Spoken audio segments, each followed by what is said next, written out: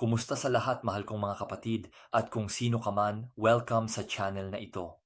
Ang pangalan ko ay Obadiah. Ipinapaalala ko sa iyo na ako ay isang saksi ni Jehovah, ipinagmamalaki at lubos na kumbinsido na ang organisasyong ito ay sa Diyos na si Jehovah. Kung gusto mong malaman ang aking mga argumento, tinutukoy kita sa mga video 3, 4 at 5 ng channel na ito. Ang video na ito ay sumusunod sa mga video 6, 7 at 8 tungkol sa bulag na pagsunod. Sa mga namumuno sa atin na kung saan tayo ay palaging hinihikayat na sa tingin ko ay hindi talaga biblical at na tulad ng napatunayan ng sakuna sa panahon ng pandemya ay maaaring maging lubhang mapanganib, maging sanhi ng pagkamatay ng ating mahal na mga kapatid. At iyon ang dahilan kung bakit ang paksang ito ay partikular na malapit sa aking puso. Ang layunin ay nasa hinaharap, ang mga kapatid ay maaaring malaman kung paano tumugon, kung ano ang kanilang mga karapatan sa mga mata ni Jehovah. Kung ang matatanda ay magbibigay sa kanila ng mga tagubilin sa mga bagay na ganap na personal at di umano ay ipinaubaya sa buong budhi ng mga kapatid. Dahil ang salitang pagtuturo na ito ay lumalabas sa lahat ng oras sa organisasyon, binibigyan ka namin ng mga tagubilin, kailangan mong sundin ang mga tagubilin na ibinigay sa iyo at BP. Mainam na tukuyin kung ano ang isang pagtuturo o sa halip ang pagkakaiba sa pagitan ng isang order, isang pagtuturo at isang mungkahi. Ito ay mahalaga upang linawin upang maunawaan ang antas ng obligasyon ng pagsunod na kinakailangan ng mga kapatid. Halimbawa, isang order. Hinihiling ko sa iyo na gawin ang isang bagay, dapat mong gawin ito dahil mayroon akong autoridad na hilingin ito sa iyo tulad ng maaaring mangyari sa isang boss, isang superior, ATBP. Ang mungkahi. Sa tingin ko ang paraan na ito ay ang pinakamahusay, ngunit gagawin mo ang gusto mo. Problema mo, personal mong desisyon. Naiintindihan namin, ginagawa namin ang gusto namin, wala kaming reprisal o sanction. Ito ang ating personal na problema. Isang tagubilin ngayon. Ang kahulugan ng Google ay ang pagtuturo ay nilayon upang tulungan ang isang tao na kumpletuhin ang isang gawain o proseso. Katapusan ng quote. Kaya sasabihin namin sa isang tao, ito ang kailangan mong gawin upang makumpleto ang prosesong ito. Sa kaso ng organisasyon, ito ay tulad ng pagsasabi sa isang kapatid na lalaki o babae, kami ay nagtuturo sa iyo, pagtuturo, upang magawa mo ng maayos ang mga bagay, ibig sabihin ayon sa gusto ni Jehovah. Na napakalinaw na nagpapahiwatig na kung hindi mo susundin ang mga tagubilin na ibinibigay sa iyo ng organisasyon na magpasya kang gawin ang mga bagay sa ibang paraan, hindi ito mabuti. Kasi obviously, hindi mo hinahayaan ang sarili mo na makapag-aral. Ito ang dahilan kung bakit ang mga tagubilin na ibinigay ng organisasyon ay itinuturing ng mga kapatid bilang mga utos. At tiyak na hindi bilang mga mungkahi. Ang patunay ay ang mga kapatid na hindi sumunod ay ituring na suwail, masuwayin, at maaring banta sa pagkawala ng kanilang mga pribilehiyo. Sa nakaraang video, sinuri namin ang numero 8 para po 20 ng pahina 20 ng ang bantayan ng Oktubre 1, 1974 na mahigpit na nagbabawal sa lahat ng matatanda na makialam sa pribadong buhay ng mga kapatid upang alisin sa kanila ang kanilang kalayaang magpasya at gumawa ng sarili nilang mga desisyon pagdating sa personal na mga desisyon at hindi humahadlang sa anumang simulain ng Biblia. Malinaw na tinalakay namin ang pamamahala ng krisis sa COVID nang walang komento. Suriin natin ang ilang iba pang mga sitwasyon, halimbawa ang obligasyon na sundin ang mga tagubilin kung sakaling magkaroon ng panganib, natural na sakuna o posibleng natural na sakuna sa hinaharap at TBP. Ang bantayan Disyembre 22, pahina 19, para po 12, mababasa natin doon. Maaari rin kaming makatanggap ng mga tagubilin tungkol sa isang lockdown, isang paglikas, kung paano kumuha ng mahahalagang supply o kung kailan at kung paano tayo mismo ang magbibigay ng tulong?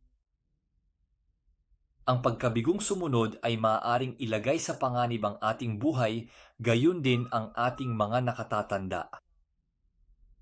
Katapusan ng quote. Kaya't naiintindihan natin ang obligasyon ng pagsunod sa talatang ito. Ipanatag mo sa akin, hindi mo nais na ilagay sa panganib ang buhay ng mga matatanda sa pamamagitan ng pagsuway sa mga tagubilin, hindi ba? Sa talatang ito, pinag-uusapan natin ang mga tagubilin mula sa organisasyon na obligado tayo, halimbawa upang ikulong ang ating sarili. Pero sorry, ito ay isang ganap na personal na desisyon. Hindi ako baby. May TV din ako. Meron din akong radyo. Meron din akong Biblia. May utak din ako. Alam ko rin kung paano gumawa ng sarili kong mga desisyon. Sa panahon ng krisis sa 2020, maraming tao ang namatay dahil sa pagkakulong, kawalan ng pangangalaga o pagpapakamatay. Kung ang pagpipiliang ito ay hindi nagmumula sa mga awtoridad ng gobyerno, ito ay 100% personal. Pareho para sa isang evacuation. Maaaring may iba akong impormasyon kaysa sa mga matatanda o mas kumpletong impormasyon na maaaring humimok sa akin na huwag lumikas, halimbawa. Ngunit muli ang pagpipiliang ito ay 100% personal. Pagkatapos ay nagsasalita siya sa talatang ito tungkol sa posibilidad ang posibilidad na malagay sa panganib ang buhay ng matatanda kung hindi tayo susunod. Bakit hindi?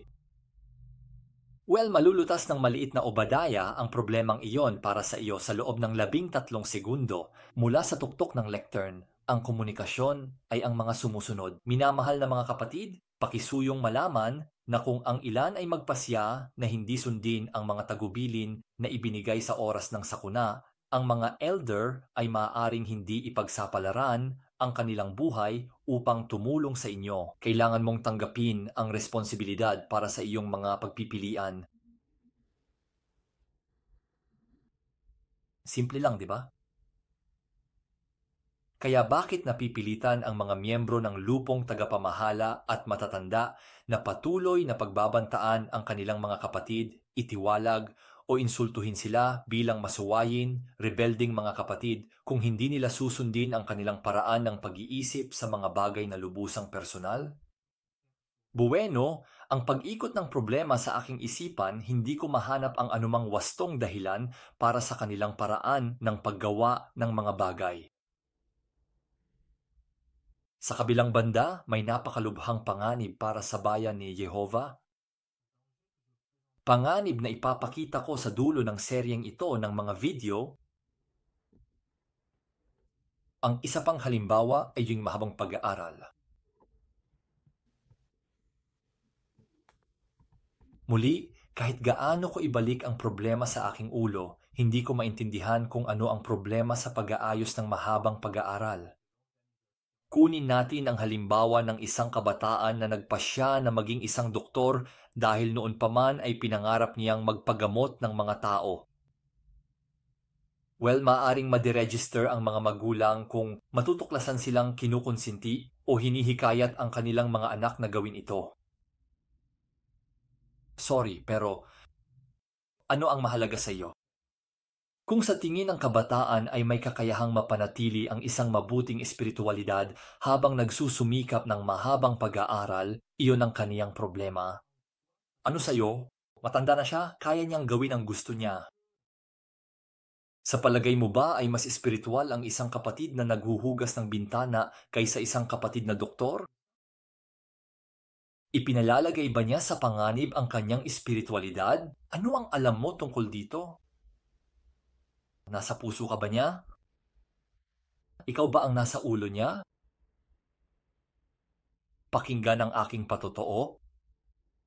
May isang mag-asawa sa isa sa mga dati kong kongregasyon, parehong napakatalino na may napakagandang sweldong propesyon. Nagkaroon sila ng 2 anak, isang lalaki at isang babae. Parehong, tulad ng mga magulang, napakatalino. Tila ang mga magulang ay walang interes sa mga tagubilin mula sa gitnang kolehiyo sa mahabang pag-aaral. At kaya ang kanilang mga anak ay nagkaroon ng mahabang pag-aaral sa unibersidad. Ang mga bata ay palaging, sa aking kaalaman, ay may perpektong regularidad sa kanilang espiritual na mga gawain hanggang sa araw na ito.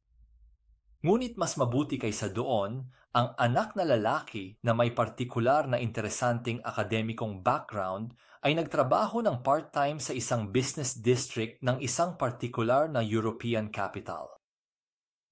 Nagtatrabaho ng part-time habang kumikita ng sweldo, partikular na nakakainggit dahil sa kanyang mataas na kwalifikasyon, bibigyan kita ng 1,000 hula, siya ay nagsilbi bilang isang permanenteng pioneer. Habang inaako ang kanyang mga responsibilidad sa loob ng kanyang kongregasyon, habang ang kapatid, modelo, sikat na tagapaghugas bintana, nagtrabaho 8:00 umaga tanghali, 2:00 hapon, 8:00 gabi, suportahan kanyang pamilya. Gayunpaman, maaari kong sorpresahin ka dahil sa personal, hindi ko hinihikayat ang sinuman na ituloy ang mahabang pag-aaral. At ibinabahagi sa malaking lawak ang pangitain ng mga kapatid sa lupong tagapamahala na naghihikayat sa mga kapatid na mamuhay ng simple. Sa paglilingkod kay Jehova, lubos akong sumasang-ayon sa kanila. Ang hindi ko maintindihan ay muli ang pagkahumaling na ito sa pagbabanta sa mga kapatid na nagpasyang gawin ang iba sa ganap na personal na mga bagay ng budhi. Gusto mo bang mag-aral ng mahabang panahon? Mag-aral ng mahabang panahon? Pero kung magkamali, ikaw lang ang sisisihin. Binalaan ka namin. At sa katunayan, ano ang katotohanan? Bueno, kung babalaan ng organisasyon ang mga kapatid tungkol sa panganib sa kanilang espiritualidad ng mahabang pag-aaral, ginawa nito ang trabaho nito sa harap ni Jehova. Hindi siya masisisi ni Jehova sa anuman. Kaya ano ang punto? Na pagbabantaan ang mga kapatid ng parusa kung hindi nila iniisip ang katulad mo sa isang personal na bagay. Isa pang halimbawa, ipinaliwanag ng lupong tagapamahala sa isang pahayag na hindi nito inaprubahan ang mga dating site para sa mga saksi ni Jehova. Ibig sabihin, sa wika ng organisasyon na kung malalaman na ikaw ay nakarehistro sa isa sa mga site na ito, ikaw ay nasa problema. Ipinaliwanag ng komunikasyong ito ang mga panganib na maaring umiral sa mga dating site na ito.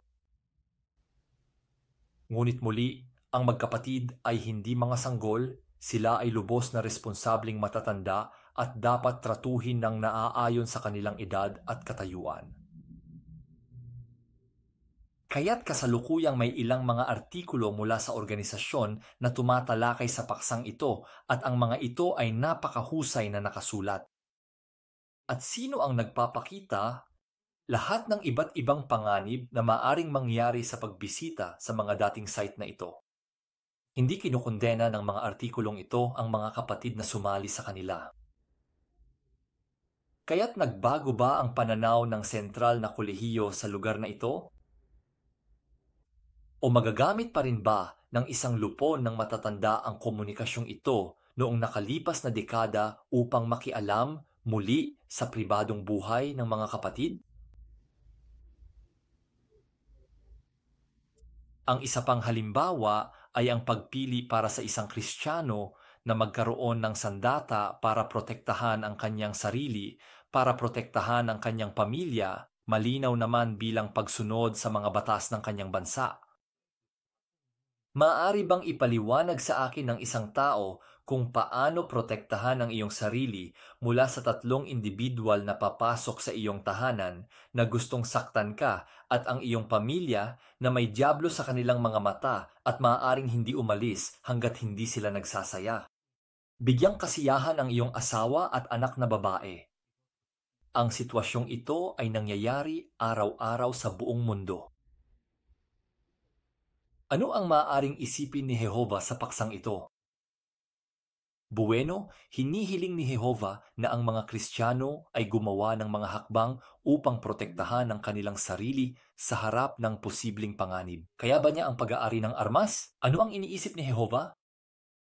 Hahatulan ba ni Jehova ang isang Kristiyano na nagpasyang magmay-ari ng baril para protektahan ang kaniyang sarili o ang kaniyang pamilya? Sa 1991, na issue ng Hulyo 8, na issue ng Reveillez-vous, pahina 13, mababasa natin ang Exodo Kabanata 22, versikulo 2 at 3, sipiin ko ito sa iyo. Kung ang isang magnanakaw ay nahuli sa akto ng pagpasok at siya ay binugbog at namatay, siya ay hindi nagkasala ng pagpatay. Ngunit kung mangyari ito pagkatapos ng pagsikat ng araw, tayo ay magkasala ng pagpatay.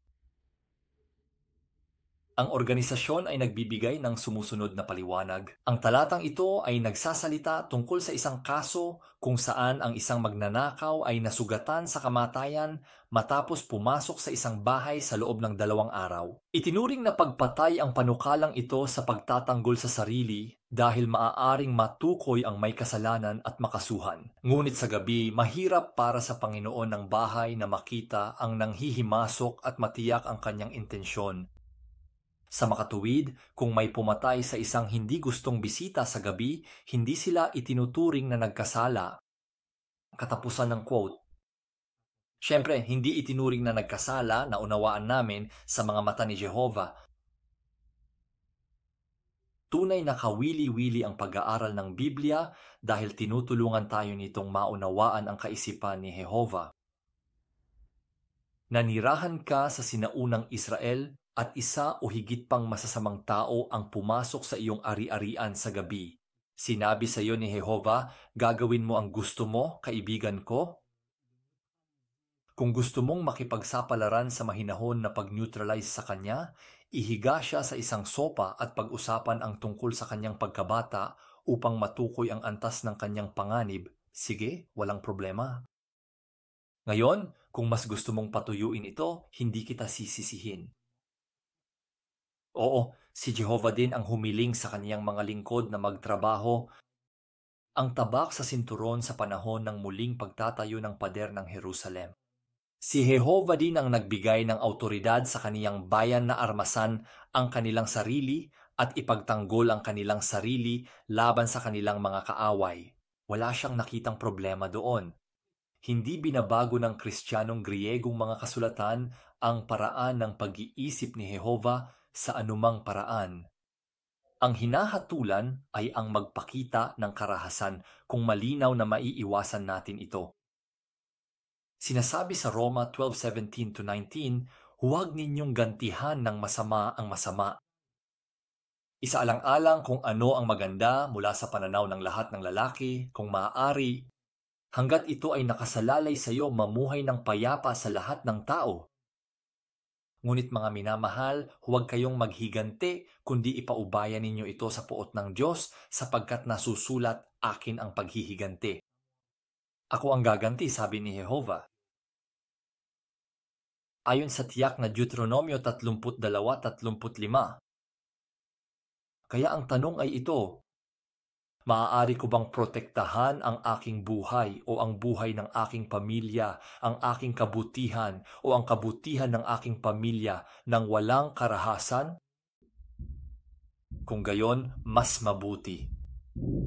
Kung hindi, hinihimok ko ang lahat na pag-aralan ang pag-iisip ni Jehova para maunawaan kung ano ang pinapayagan niyang gawin mo at kung anong probisyon ang pinahihintulutan niyang gawin mo para protektahan ang iyong sarili at ang iyong mga mahal sa buhay. Yamang ang organisasyon ay walang malinaw na nagpapaliwanag kung hanggang saan ang isang Kristiyano ay maaaring pumunta sa isang matinding sitwasyon. Tila makatuwiran sa akin na isaalang-alang ang tanong na ito bilang isang personal na bagay ng budhi.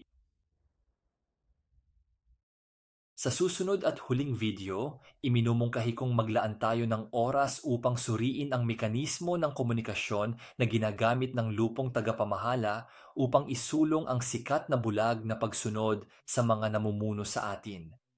Susuriin natin ang dalawang bahaging pelikula na ginawa ng mga saksi ni Jehovah na mapapanood mo ng libre sa jw.org na website. Ito ay tinatawag na Let Jehovah Direct Your Way. Ang pelikulang ito, sa palagay ko, ay isang medyo makapangyarihang kasangkapan na ginagamit ng organisasyon upang tiyak na hikayatin ang mga kapatid na bulag na sumunod sa anumang tagubilin na maaari nilang matanggap. At sa pagkakataong ito, tatanungin ko ang aking mahal na mga kapatid ng isang partikular na mahalagang tanong at isang napakatalino na saksi ni Jehovah ang makakasagot sa akin. Sa kanan ko ang pangunahing video ng channel na ito at sa kaliwa pindutin ang bola para mag-subscribe. Salamat sa pakikinig at makita ka sa lalong madaling panahon.